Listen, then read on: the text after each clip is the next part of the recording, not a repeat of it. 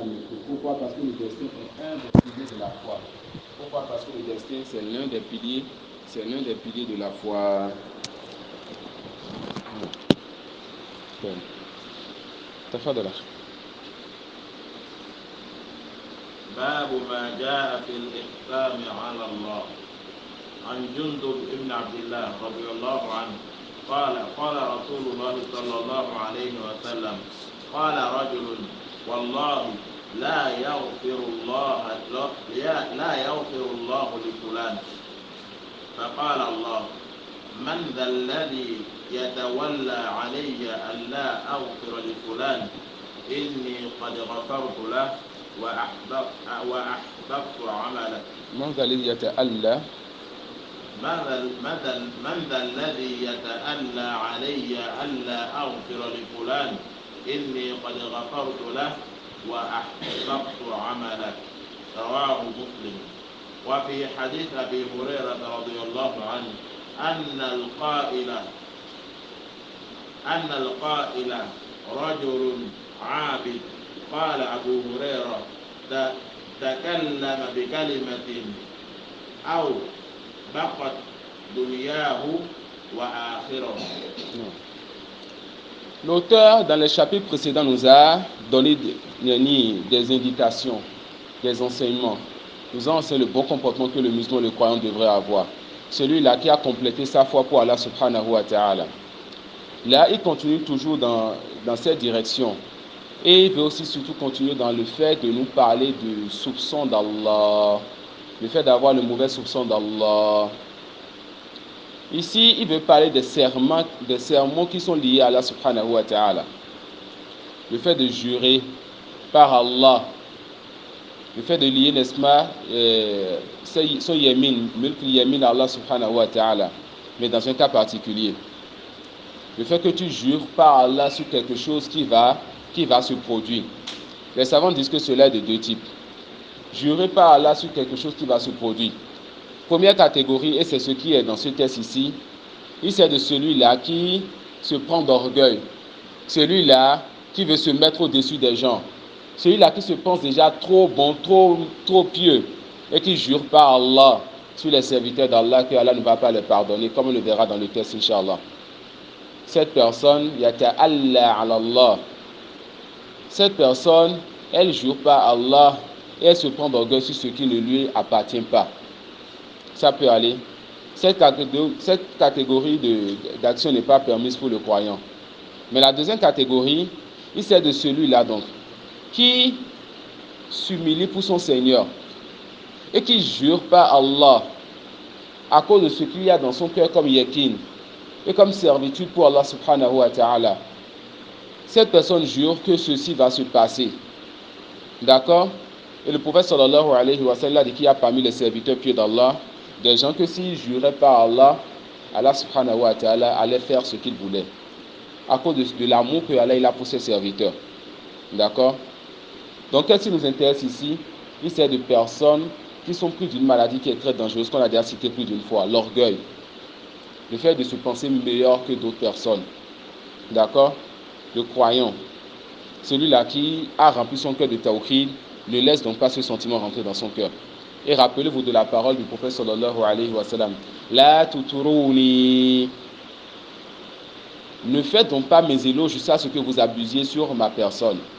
Cheikh Al-Fawzan dit dans son livre Al-Irshad ila Sahih al-I'tiqad, en parlant, n'est-ce pas, de ce rouleau-là et du fait de faire l'éloge du prophète sallallahu alayhi wa sallam, que lorsque Mohammed sallallahu alayhi wa sallam a parfait son caractère de serviteur pour son Seigneur, qu'est-ce qu'il a fait?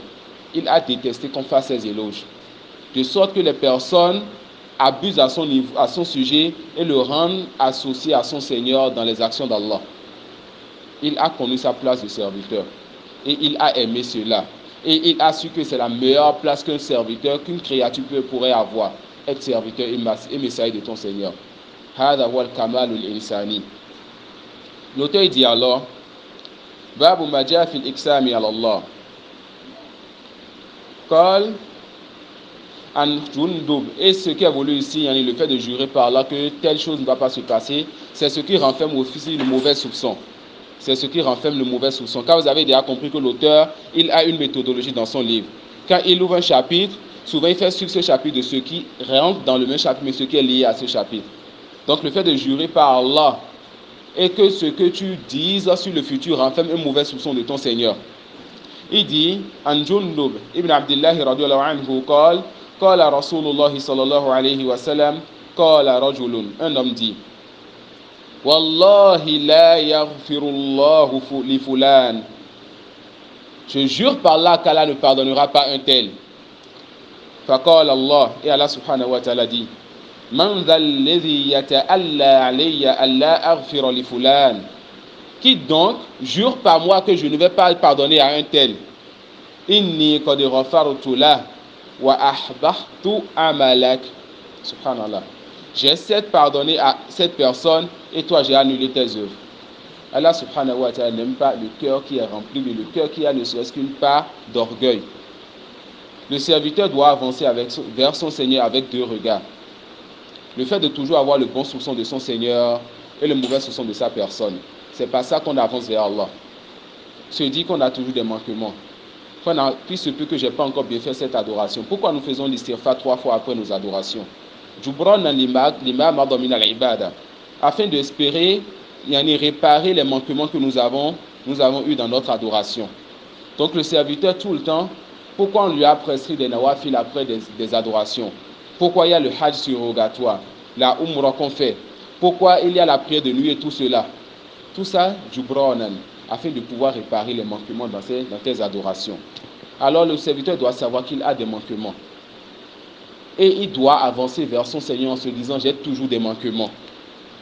Et ce regard va l'amener à avoir ce qu'on appelle al-iftikar, le fait de savoir qu'il est dans le besoin. Et qu'il se rappelle du nom de son Seigneur, As-Samad, alladhi tasmudu ilayhi al-khalaiq, alladhi lam yalid wa lam yulad li ghina'ihi anil khalaiq. Celui-là, vers qui revient toute la création dans leurs besoins.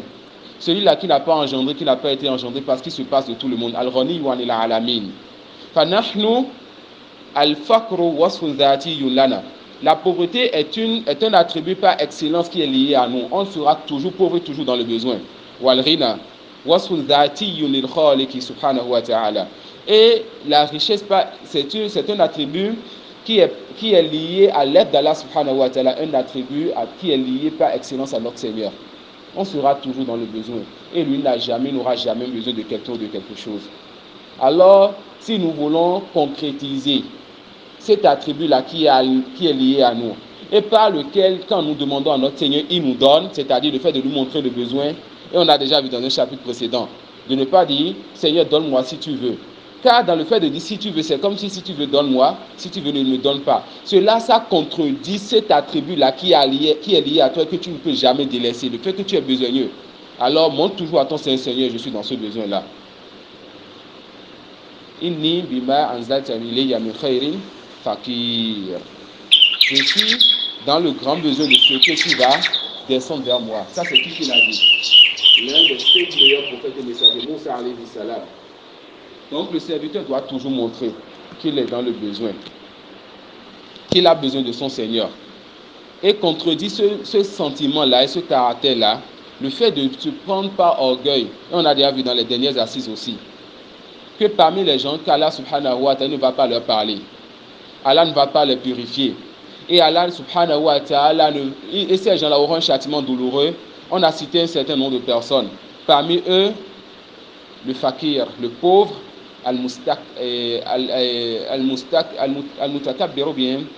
le pauvre là qui se prend d'orgueil. On a dit pourquoi? Parce que lui n'a pas avec lui ce qui va l'amener à être orgueilleux. D'accord? Pourquoi tu veux être orgueilleux alors que toi, tu es besogneux? Ça peut aller. L'orgueil est un attribut, une caractéristique qui ne convient donc pas à la créature. Donc cette personne, c'est quelqu'un qui voit son frère faire des péchés. Il lui donne le conseil une première fois. Il le voit encore faire le péché. Il lui donne encore le conseil une deuxième fois. Il le voit encore faire le péché. Il dit, Wallahi, Allah ne va pas pardonner à un tel. Allahu Akbar. Allah subhanahu wa ta'ala, seuls les mécréants désespèrent de sa miséricorde. Et les croyants ne désespèrent pas de la miséricorde d'Allah subhanahu wa ta'ala. Et toi, tu as désespéré que la miséricorde de ton Seigneur atteigne ton frère qui est encore vivant et tu ne sais pas ce sur quoi celui-là va mourir. Tu ne sais pas ce sur quoi celui-là va mourir. Alors, ta'ala wastakbara. Cette personne s'est pris d'orgueil. D'accord? Allah subhanahu wa ta'ala dit, qui donc jure par moi que je ne vais pas pardonner à tel serviteur? Je l'ai donc pardonné et toi j'ai annulé tes œuvres. Et c'est venu dans la version de Abu Huraira que celui-là qui a parlé c'était un pieux serviteur, quelqu'un qui Al-A'bid man yuksir min al-ibadat. Al-A'bid, celui-là qui fait beaucoup d'adoration. Allah a annulé tout ce qu'il faisait comme eux, voilà, non, mais. باب لا يستشفع بالله على خلقه. عن جبير ابن مطعم رضي الله عنه قال جاء أعرابي إلى النبي صلى الله عليه وسلم فقال يا رسول الله نهكت الأنفس وجاع العيال وهلكت الأموال فاستسق لنا ربك فإنا نستشفع بالله عليك وبك على الله. فقال النبي صلى الله عليه وسلم سبحان الله سبحان الله. فما زال يسبح حتى عرف ذلك في وجوه أصحابه ثم قال ويحك أتدري ما الله إن شأن الله أعظم من ذلك إنه لا يستشفع بالله على أحد. وذكر الحديث رواه أبو داود. Ce hadith, certains savants ont rendu cela faible, mais le sens qui est venu de ce hadith, c'est un sens qui est acceptable. Ici, il dit Babu la yustashfa'u billahi ala khalqi. Ash-shafa'atu dammu shay ila shay. Le fait d'amener quelque chose et de le lier à autre chose. Ja'ala shay'an yani shafi'an yani zawjan. Et ce qui est voulu, c'est que tu veuilles atteindre quelqu'un, mais que tu ne peux pas atteindre ce que tu veux chez cette personne jusqu'à ce que tu mettes un intermédiaire. Ça peut aller. Tu ne peux pas atteindre la personne jusqu'à ce que tu cherches un intermédiaire. Tu veux un bien chez quelqu'un. Tu veux que la personne t'aide à repousser un mal. Mais tu ne peux pas faire cela jusqu'à ce que tu mettes un intermédiaire. Et celui vers qui tu veux aller, cette première personne, c'est quelqu'un à qui appartient cette chose-là. Appartient ce bien-là. Ou appartient à la capacité de te repousser, n'est-ce pas, ce mal-là. Et il n'y a pas quelqu'un qui est comme ça à part Allah subhanahu wa ta'ala. Alors l'auteur veut nous dire ici qu'il n'est pas permis de mettre Allah comme intermédiaire pour espérer le bien chez quelqu'un. Subhanallah. Ou de mettre Allah comme intermédiaire pour espérer que quelqu'un nous repousse, n'est-ce pas, un mal qui nous a atteint mais qui peut nous atteindre. Ça peut aller. Il n'est pas permis de mettre Allah au milieu, c'est-à-dire de chercher à obtenir quelque chose auprès de quelqu'un en prenant Allah comme intermédiaire. Dans ce hadith, il y a Jubair ibn Mut'im qui est venu et il fait partie, n'est-ce pas, des grands cadres de Quraysh, des grandes personnalités de Quraysh. Et il est venu, il a expliqué au prophète sallallahu alayhi wa sallam la situation, le fait que les gens ont faim, la difficulté, etc. Écoutez ce qu'il va dire. Il dit radiyallahu anhu, et il s'est converti l'année où le prophète est revenu à Makkah, Amul Fath. Il dit فإنا نستشفع بالله عليك نجعل الله واسطة في الوسط بيننا وبينك لكي نجد عندك ما نريد. Nous allons mettre Allah subhanahu wa ta'ala au milieu, nous allons mettre Allah comme intermédiaire pour obtenir de toi ce que nous souhaitons. Il dit wabika ala Allah, et aussi nous allons te demander d'invoquer Allah pour nous. Donc ils ont voulu mettre Allah comme intermédiaire pour obtenir quelque chose du prophète et ensuite le prophète comme intermédiaire pour obtenir quelque chose d'Allah. Et le prophète sallallahu alayhi wa sallam, c'est quelqu'un qui a de la jalousie pour sa religion et qui connaît son Seigneur subhanahu wa ta'ala. Et c'est cette science-là de son Seigneur qui a fait en sorte que c'est la meilleure des créatures. Car il a craint son Seigneur comme il doit être craint. Il dit, sallallahu alayhi wa sallam, Subhanallah, Subhanallah. Cette phrase, la gloire à Allah. Et les savants disent, At-tasbih Nunazzirullaha min amrayn. Nous purifions Allah et nous faisons le tasbih en glorifiant Allah et en repoussant d'Allah subhanahu wa ta'ala deux choses. La première des choses, tout manquement et toute imperfection. Quand je dis subhanallah, je suis en train de dire qu'Allah n'a aucun manquement ni imperfection. Deuxième chose, le fait qu'il n'ait aucun manquement ni imperfection, ça veut dire qu'il a atteint la perfection, n'est-ce pas? Alors la deuxième chose que je dis dans subhanallah, il n'a aucun associé dans sa perfection. Donc quand je dis subhanallah, je dis Seigneur, tu n'as aucun manquement ni imperfection. 1. Seigneur, personne n'est comme toi dans ta perfection. Il est seul et unique dans la perfection qu'il a atteint subhanahu wa ta'ala. Fahuwa al-ahad, al-wahid al-qahhar, fahuwa al-akbar, subhanahu wa ta'ala. Donc le prophète sallallahu alayhi wa sallam dit, subhanallah, il a fait le tasbih jusqu'à ce qu'on remarque cela sur le visage de ses compagnons. Mohammed, la relation qu'il y a entre lui et ses compagnons n'est pas n'importe quelle relation.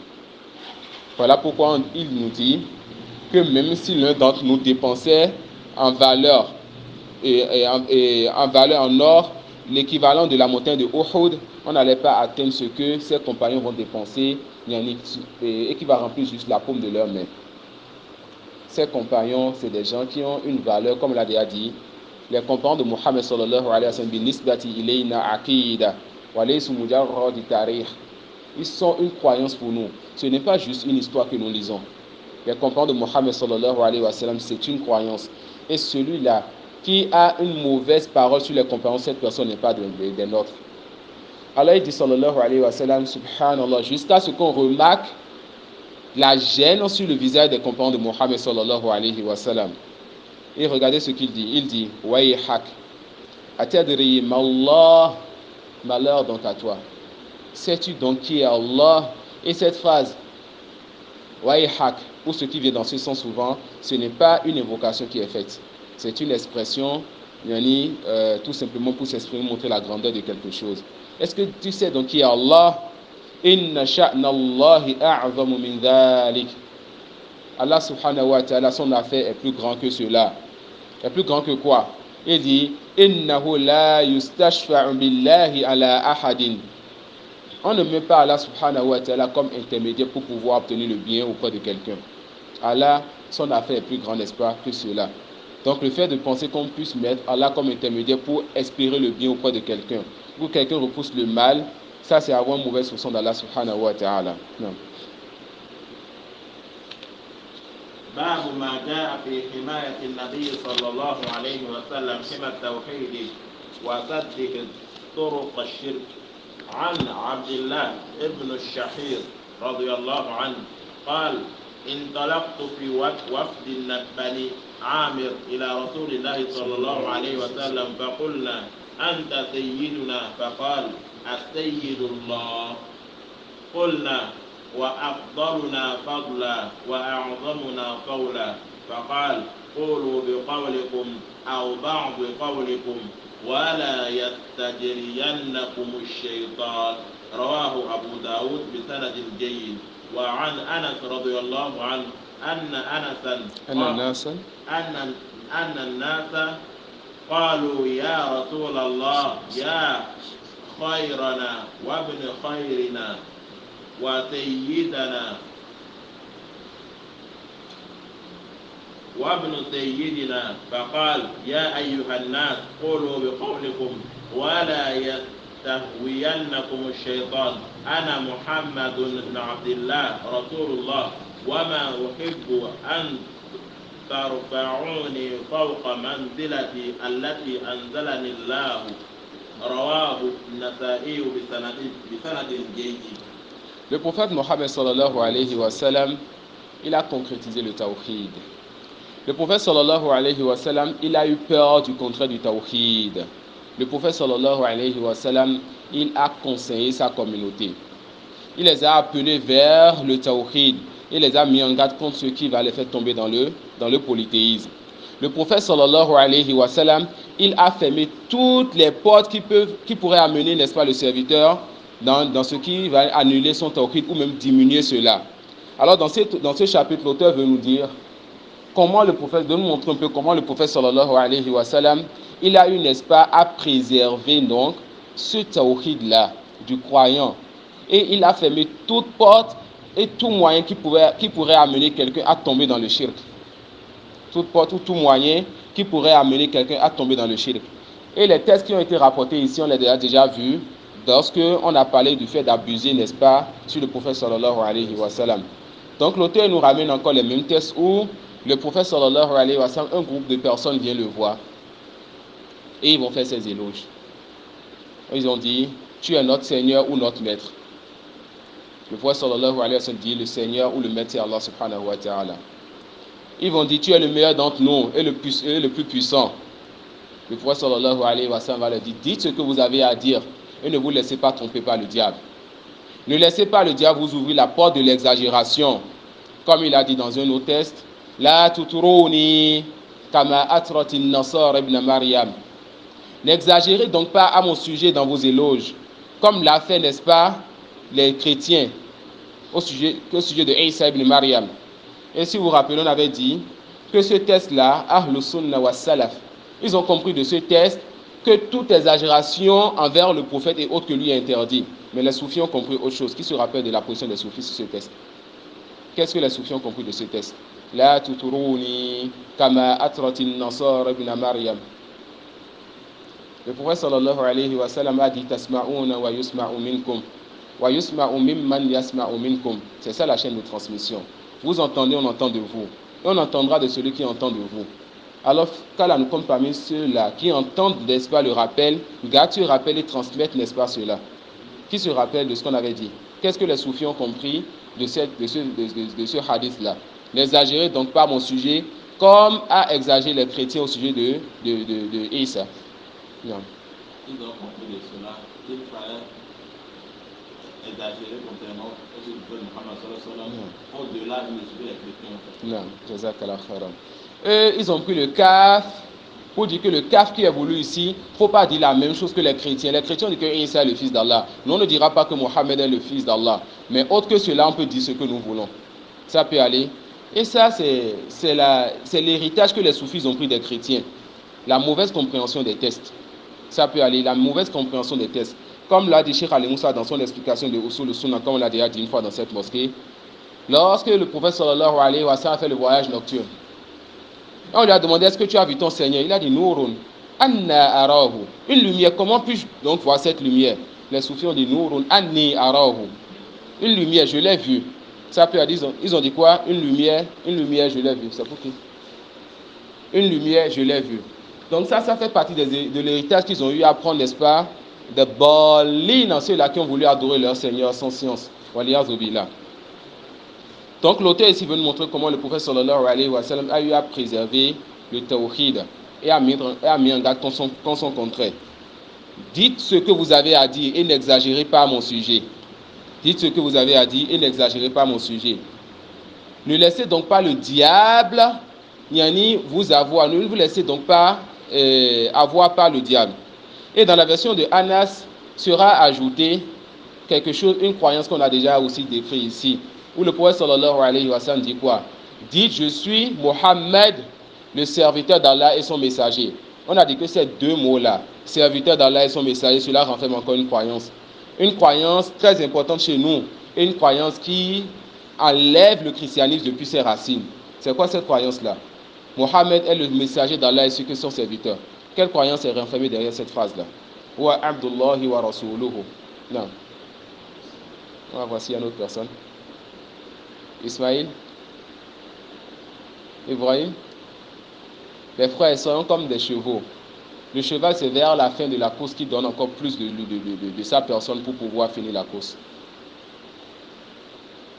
On a dit que Mohammed il est le serviteur d'Allah et son messager. Quelle croyance est renfermée derrière ces deux mouvements?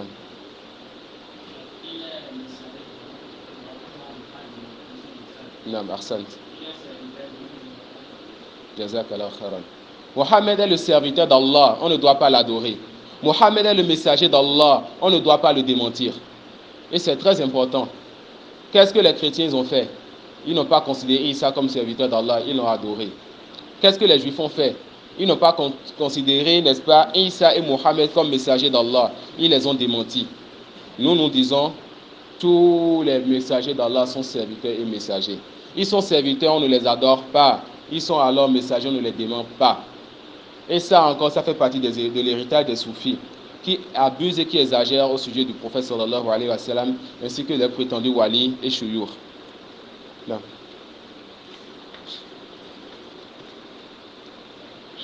باب ما جاء في قول الله تعالى وما قدر الله حق قدره والأرض جميعا قبضته يوم القيامة.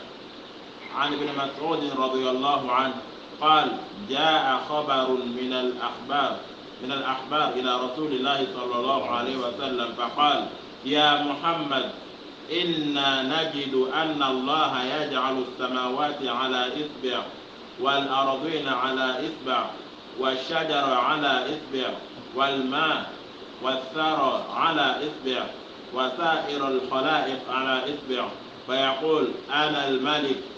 فضحك رسول الله صلى الله عليه وسلم حتى بدت نواجذه تصديقا لقول الحبر ثم قرأ وما قدر الله حق قدره والأرض جميعا قبضته يوم القيامة والسماوات مطويات بيمينه الآية. وفي رواية لمسلم والجبال والشجر على إصبع ثم يهزهن فيقول أنا الملك أنا الله. وفي رواية للبخاري يجعل السماوات على إصبع والماء والثرى على إصبع وسائر الخلائق على إصبع أخرجاه. ولمسلم عن ابن عمر رضي الله عنه مرفوعا يطوي الله السماوات يوم القيامة ثم يأخذهن بيده اليمنى ثم يقول أنا الملك أين الجبارون أين المتكبرون ثم يطوي الأراضين السبع ثم يأخذهن بشماله ثم يقول أنا الملك أين الجبارون أين المتكبرون.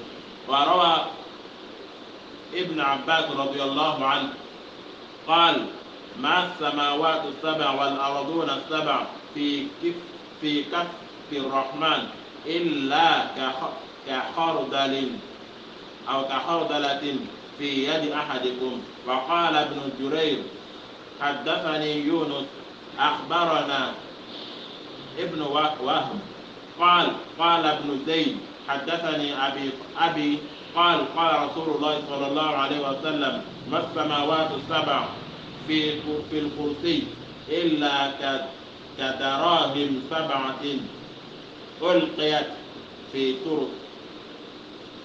وقال أبو ذر رضي الله عنه سمعت رسول الله صلى الله عليه وسلم يقول ما الكرسي في العرش إلا كحلقة من حديد ألقيت بين ظهري فلات من الأرض. وعن ابن مسعود رضي الله عنه قال بين السماء الدنيا والتي تليها 500 عام وبين كل سماء 500 عام وبين السماء السابع والكرسي 500 عام وبين الكرسي والماء 500 عام والعرش فوق الماء والله فوق العرش لا يخفى عليه شيء من أعمالكم. أخرجه ابن مهدي عن حماد ابن سلمة عن عاصم عن زر عن عبد الله رواه بنحوه المسعودي عن عاصم عن أبي وائل عن عبد الله رضي الله عنه قاله الحافظ الذهبي قال وله طرق وعن العباس ابن عبد المطلب رضي الله عنه قال رسول الله صلى الله عليه وسلم هل تدرون كم بين السماء والأرض؟ قلنا الله ورسوله أعلم. فقال بينهما مسيرة 500 سنة وبين كل سماء إلى سماء مسيرة 500 سنة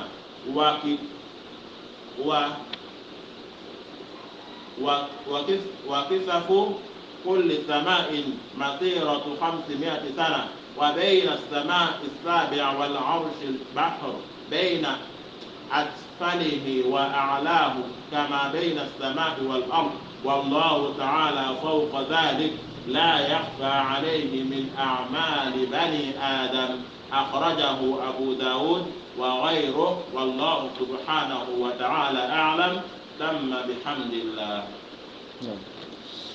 Ceci, walhamdulillahi rabbil alamin, c'est le dernier chapitre de ce livre. On demande à Allah subhanahu wa ta'ala de ne pas nous faire perdre la récompense de ses assises. Et que ce livre ait un impact, n'est-ce pas, sur notre islam. Car nous avons vu l'auteur écrire ce livre pour deux choses très importantes. Afin qu'on puisse concrétiser le tawhid et afin qu'on puisse avoir peur de son contraire. Qu'est-ce que Ibrahim a fait quand il a concrétisé le tawhid? Il a dit à son Seigneur, préserve-moi, préserve-moi ainsi que ma descendance d'adorer donc les idoles. Qu'est-ce que Ya'qub a fait quand il a concrétisé le tawhid? Il a réuni ses enfants, il a dit Ma ta'buduna min ba'di. Qu'est-ce que vous allez adorer après moi? Ils ont dit on va adorer ta divinité, la divinité de tes ancêtres, Ibrahim, Ismaël, Ishaq. Une seule divinité, nous sommes soumis à cette divinité. Qu'est-ce que Mohammed sallallahu alayhi wa sallam a fait quand il a concrétisé le tawhid? Il a dit à ses compagnons, ce que je crains le plus pour vous, c'est le petit polythéisme. Il a dit à Abu Bakr as-Siddiq, je vais t'enseigner quelque chose que tu diras après chaque prière. C'est le fait de chercher refuge auprès d'Allah contre le polythéisme. Qu'est-ce que Moussa alayhi salam a fait quand il a concrétisé le tawhid? Il va rencontrer son Seigneur pendant 40 jours et nuits. Il revient, il voit que son peuple veut adorer en dehors d'Allah. Il est pris d'une colère terrible et il casse, n'est-ce pas, ce que son Seigneur lui a remis pour son peuple. Celui qui concrétise le tawhid doit avoir peur de son concret. Et l'auteur dans ce chapitre et ce dernier chapitre, rahimahullah ta'ala, veut nous dire que quel que soit ce que nous pensons de notre Seigneur, nous devons savoir que notre Seigneur, il est plus grand que toute chose. Fahu al-wahidul qahhar. Al-wahidul qahhar, ça veut dire quoi? Toute créature a toujours une créature au-dessus d'elle. Toute créature a toujours, c'est-à-dire une créature qui est plus forte qu'elle, qui est plus savante qu'elle, une créature meilleure qu'elle, etc. Jusqu'à ce que vous veniez à votre Seigneur subhanahu wa ta'ala. Et lui, c'est quoi? Al-Wahidu Al-Qahhar. Le seul qui a pris le dessus sur tout le monde. Wa huwa al-Aliyyul Kabir. C'est lui qui est au-dessus de tout le monde. Et il est plus grand que toute chose. Et toute chose est inférieure à lui et au-dessous de lui, subhanahu wa ta'ala. Celui-là, que le diable insuffle dans son cœur, qu'il essaie d'imaginer son Seigneur, qu'il sache que son Seigneur est toujours plus grand que ce qu'il imagine. Le diable, il insuffle dans ton cœur quelque chose, sache qu'Allah est plus grand donc que cette chose-là. Sache qu'Allah subhanahu wa ta'ala est plus grand que cette chose-là. L'auteur a rapporté ici plusieurs versions pour montrer la grandeur d'Allah subhanahu wa ta'ala. Et que quel que soit ce qu'on imagine, Allah est toujours plus grand que toutes ces choses-là. Et beaucoup des versions qu'il a rapportées sont des versions que les savants ont rendues faibles. Et il y a des versions qui sont authentiques aussi dans le hadith qu'il a rapporté dans Muslim. Sauf une partie de ce hadith que les savants ont rendu shadh. Il s'agit de la partie qui dit qu'Allah subhanahu wa ta'ala a une main gauche. Certains savants travaillent avec cela, d'autres ont rendu cela shadh. Et si j'ai bonne mémoire, Cheikh Ahmad al-Jami fait partie de ceux qui font le isbat de la main gauche d'Allah. D'accord? Donc c'est les savants qui voient que ceci est acceptable. Ils disent quoi? Qu'Allah a une main droite et une main gauche, mais que sa main gauche n'est pas comme nos mains gauches. Ce n'est pas une main faible. Ça suit comme c'est connu chez les créatures. Et les savants qui rendent alors cette version shadh, ils ne disent pas yani al-yadul yumna wa yadul al-yusra. Ils ne disent pas la main droite et la main gauche. Ils disent al-yadul yumna wa yadul ukhra. Ils disent la main droite et l'autre main. Ça peut aller. Donc quand vous entendez quelque part un savant dire al-yadul ukhra, il ne faut pas penser que ce savant veut faire le ta'til. Non. C'est parce qu'il voit que cette version-là, elle est shadh. Et que ce qui est authentique, c'est la parole d'Allah, c'est la parole du prophète sallallahu alayhi wa sallam, où il dit que Allah subhanahu wa ta'ala n'a pas de main gauche. Donc ceux-là qui disent que Allah n'a pas de main gauche, ils se basent sur le zahir de ce texte, ce qui est apparent de ce texte, ils disent que ceci est shadh. Et ceux qui disent qu'Allah il a une main gauche, ils disent qu'il a une main gauche, mais qu'il n'est pas une main gauche faible. Ces deux mains sont des mains bénies et des mains fortes. Maintenant, ils traduisent l'autre version où le prophète sallallahu alayhi wa sallam dit qu'Allah n'a pas de main gauche, c'est-à-dire une main gauche que nous connaissons qui est faible. D'accord? On va essayer de parler de façon générale sur les versions qui ont été rapportées ici.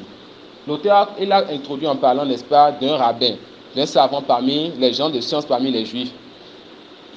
Un d'entre eux vient voir le prophète sallallahu alayhi wa sallam pour lui dire que nous avons appris dans nos livres, c'est-à-dire dans la Torah, qu'Allah subhanahu wa ta'ala mettra les cieux sur un doigt, qu'il mettra les terres sur un doigt, qu'il mettra subhanahu wa ta'ala les arbres sur un doigt. Le prophète sallallahu alayhi wa sallam, quand il a entendu cela, il a ri. Il a ri pour attester que ce que ce juif-là a dit est vrai. Et comme les gens ont des maladies dans le cœur, ce hadith fait partie des hadiths qui dérangent les Mu'attila. Parmi eux, les Mu'tazila, les Asha'ira, les Karamita, les Maturidiyya et tous ceux qui vont dans cette direction-là. Ou quand eux ils vont venir ici pour te dire que le prophète sallallahu alayhi wa sallam a ri, ils vont te dire qu'il a ri pour refuser ce que le juif a dit. Masha'Allah. Mohammed qui tout à l'heure, lorsqu'on a dit, nous mettons Allah comme intermédiaire pour te demander quelque chose, il a dit subhanallah, subhanallah, jusqu'à ce qu'on a compris la gêne sur le visage de ses compagnons. Maintenant, on va dire quelque chose sur les attributs d'Allah et il va rire. Là, wallah, Mohammed n'est pas comme ça, sallallahu alayhi wa sallam. Donc ce test-là fait partie des tests qui montrent, n'est-ce pas, la grandeur d'Allah. Que Allah subhanahu wa ta'ala va poser les cieux sur un doigt, va poser les terres sur un doigt, va poser les montagnes sur un doigt dans certaines versions, va poser, comment on appelle, les arbres sur un doigt. Il est plus grand que tout. Il est plus grand que tout, subhanahu wa ta'ala. Allah subhanahu wa ta'ala, comme c'est venu dans les versions citées, le prophète sallallahu alayhi wa sallam, il a dit, la distance qui est entre la terre et le premier ciel, c'est 500 années de marche. Et la distance qu'il y a entre le premier ciel et le deuxième ciel, c'est 500 années de marche. Et c'est comme ça le troisième ciel, le quatrième jusqu'au septième ciel. Et au-dessus du septième ciel, il y a la mer. Et le trône d'Allah subhanahu wa ta'ala se trouve au-dessus de cette mer. Cheikh al-Islam Temel a amené une version dans Al-Wasiti où il y a autre créature entre la mer et le trône. Mais certains savants rendent faible, n'est-ce pas, la version qui ajoute cette créature-là, Al-A'wan. Et au-dessus du trône se trouve Allah subhanahu wa ta'ala, qui est au-dessus de toute chose, qui n'a besoin de rien, et qui est plus grand que toute chose, subhanahu wa ta'ala, as-samad.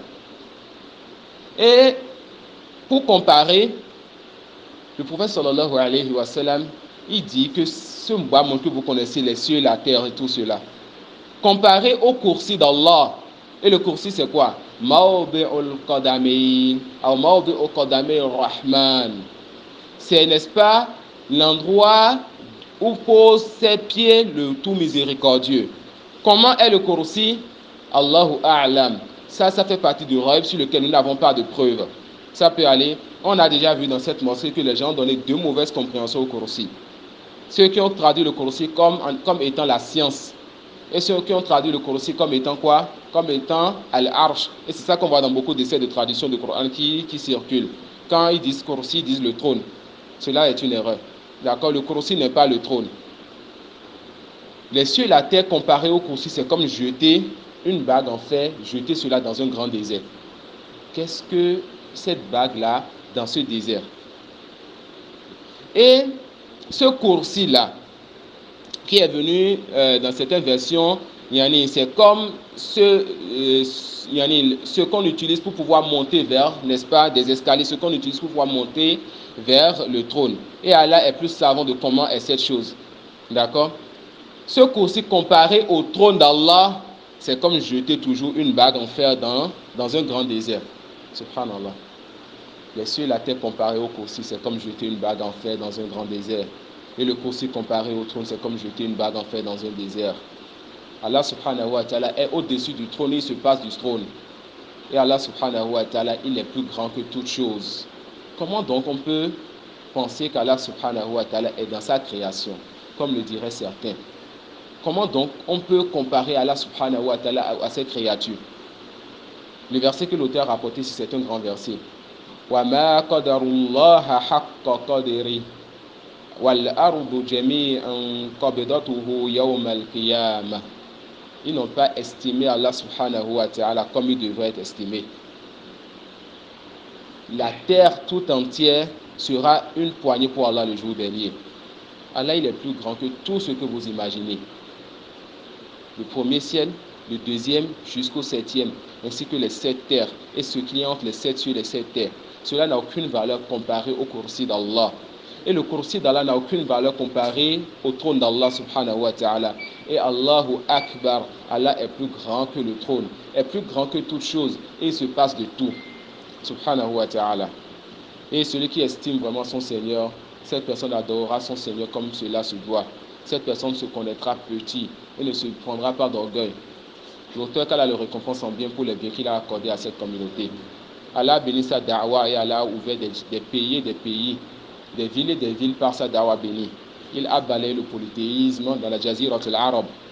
Et l'Arabie Saoudite aujourd'hui, par la grâce d'Allah, ensuite, n'est-ce pas, les efforts du roi Saoud et de cet auteur Mohammed Abdul Wahhab est ce que nous voyons aujourd'hui, une terre bénie, une terre qui défend le tawhid, une terre qu'aime, n'est-ce pas, ceux-là qui ont l'amour pour leur religion et que déteste toute personne qui a une maladie dans le cœur. Qu'Allah subhanahu wa ta'ala préserve l'Arabie Saoudite, préserve la Palestine et tous les pays musulmans. Qu'Allah subhanahu wa ta'ala nous accorde la sincérité dans ce que nous disons, dans ce que nous faisons. Et ce livre, mes frères, nous sommes basés pour pouvoir préparer ces assises sur At-Tamhid, qui est une explication faite par Cheikh Salih Al-Sheikh. Cheikh Salih Al-Sheikh, c'est quelqu'un, comme on le dit, quand on cite son nom, on ne dit plus qui il est. C'est l'un des grands savants de la Sunna, l'un des grands savants salafis de notre époque. Un cheikh béni, qui, lorsqu'il parle, il dit des choses importantes.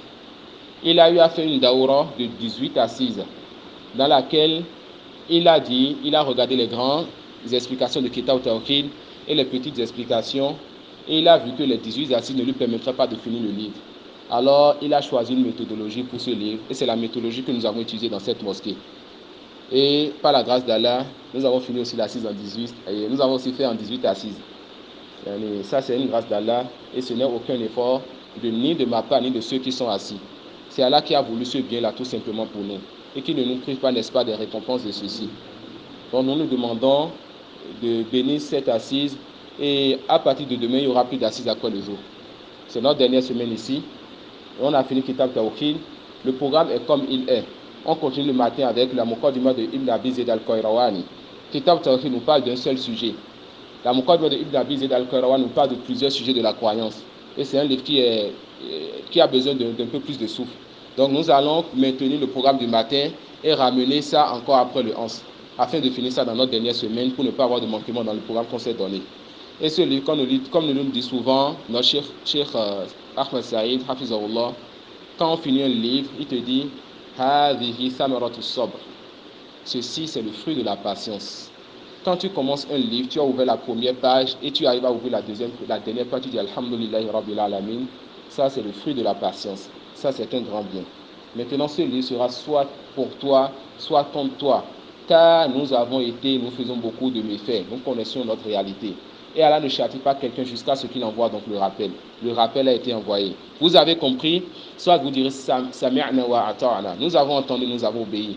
Et qu'Allah vous préserve de dire comme les Juifs, Sami'na wa asayna. Nous avons entendu, compris, nous avons désobéi. Et ce livre-là, c'est un livre qu'on ne finit pas, qu'on dit j'ai déjà fini Kitab Tawhid. Oustaz Saïd Abou Ibrahim va encore continuer avec vous ce livre-là. Celui-là qui a étudié ce livre et qui a fini avec nous, et qui va se dire j'ai fini Kitab Tawhid et qui ne viendra pas dans les assises de Oustaz Saïd, cette personne n'aura pas alors compris l'importance de ce livre. Parmi les signes pour avoir compris l'importance de ce livre, finir ce que vous avez commencé avec lui aussi.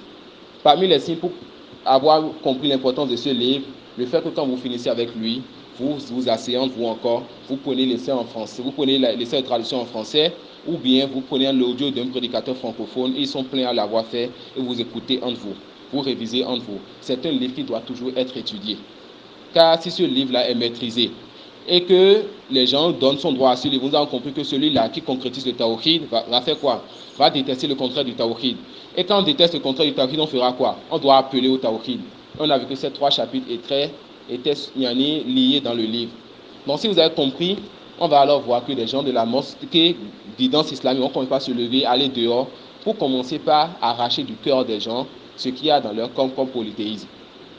Mais si dans un an encore, le petit Mohamed demande comment sont les frères de guidance islamique, on voit qu'il n'y a pas de mouvement. Il n'y a pas de frère qui arrive à aller dehors pour faire des efforts dehors. C'est qu'il faudra encore reprendre ce livre-là. C'est qu'il faudra encore reprendre ce livre-là. وجزاكم الله خيرا سبحانك اللهم وبحمدك أشهد أن لا إله إلا أنت وأستغفرك وأتوب إليك. Machallah.